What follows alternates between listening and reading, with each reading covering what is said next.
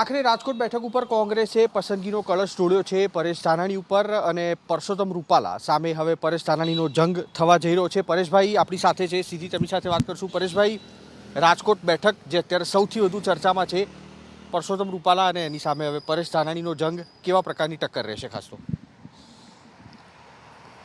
રાજકોટનું રણ મેદાન એટલે વ્યક્તિની વિભિન્નતાને હું વંદન કરું છું, વૈચારિક વિભિન્નતાને હું વંદન કરું છું, પણ હું તો આજ તૂટતી બંધારણની વ્યવસ્થાને સુરક્ષા કાજે આ લડાઈ લડવાનો સંકલ્પ લઈને આગળ વધી રહ્યો છું।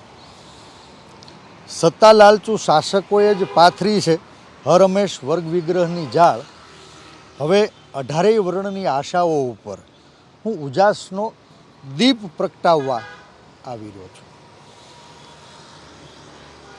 આજ રાજકોટના સાંસદ બનાવવાની હવે નથી રહી લડાઈ, હું તો જનજનના સાથી બનવાનો સંકલ્પ લઈને રાજકોટ જઈ રહ્યો છું।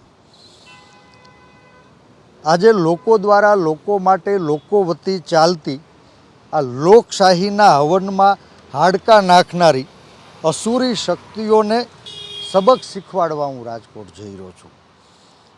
રાજકોટના રણ મેદાનમાં ભાજપાએ જ લગાડી છે ઘાસલેટથી આગ। હું તો આજે લોકશાહીના યજ્ઞમાં ઘીની આહુતિ આપવા જઈ રહ્યો છું। કોઈ પણ વ્યક્તિ વિરુદ્ધ નથી રહ્યો હવે આ જંગ। હું તો સત્તાના અહંકારને ઓગાળવા માટે જઈ રહ્યો છું। દેશની દીકરીઓના દામનને ભલે શાસકો ખુદ જ લગાડી રહ્યા છે દાગ, હું તો હવે નારી સ્વાભિમાનની નો સ્વાદ ચખાડવા જ જઈ રહ્યો છું। રાજકોટની કમલમે કકળાટથી ખૂબ જ થાકી ગયેલા છે સાહેબ।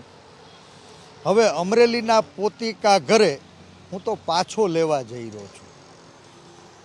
એક તરફ મર્યાદા પુરુષોત્તમ શ્રી રામ અને બીજી તરફ છે મર્યાદા ચૂકેલા શ્રી પરસોત્તમ। રામ રાજ્યની મર્યાદાઓનું ઈરાદાપૂર્વક ઉલ્લંઘન કરનારા અહંકારી નેતાઓએ હજુય હથિયાર હેઠા નથી મૂક્યા, એટલે નવીન મહાભારતના રણ મેદાનમાં હું ગીતા જ્ઞાનની માત્ર ફરજ નિભાવવા જઈ રહ્યો છું। પરસોત્તમભાઈ, છેલ્લા બે મહિનાથી એક સેકન્ડ આપણે નવીન મહાભારત પણ કહ્યું હતું। એક સવાલ આપને પણ પૂછી લઉં કે જો પરસોત્તમ રૂપાલા ઉમેદવારી પરત ખેંચે છે તો હવે તમારું સ્ટેન્ડ શું રહેશે? રાષ્ટ્રીય નેતૃત્વએ મને જે જવાબદારી સોંપી છે, આ અહંકારી નેતાઓનું અભિમાન ઓગાળવા માટે રાજકોટના રણ મેદાનમાં ગીતાનું જ્ઞાન લઈ અને નારી સ્વાભિમાનની લડાઈને આગળ ધપાવવાનો સંકલ્પ હતો। મેં માનની રૂપાલાજીને પણ વિનંતી કરી હતી કે આપ હથિયાર હેઠા મૂકી દો। જો ન સમજાય તો ભારતીય જનતા પાર્ટીના ભીષ્મ પિતામહ અને ગુરુ દ્રોણને પણ વિનંતી કરી હતી કે આને હથિયાર હેઠા મુકાવો। જો એ હથિયાર હેઠા નહીં મૂકે તો રાજકોટના રણ મેદાનમાં સ્વાભિમાન યુદ્ધ લડવા માટે પરેશ ધાનાણી ગઈકાલે તૈયાર હતો, આજે પણ તૈયાર છે અને આવતીકાલે પણ તૈયાર રહેશે।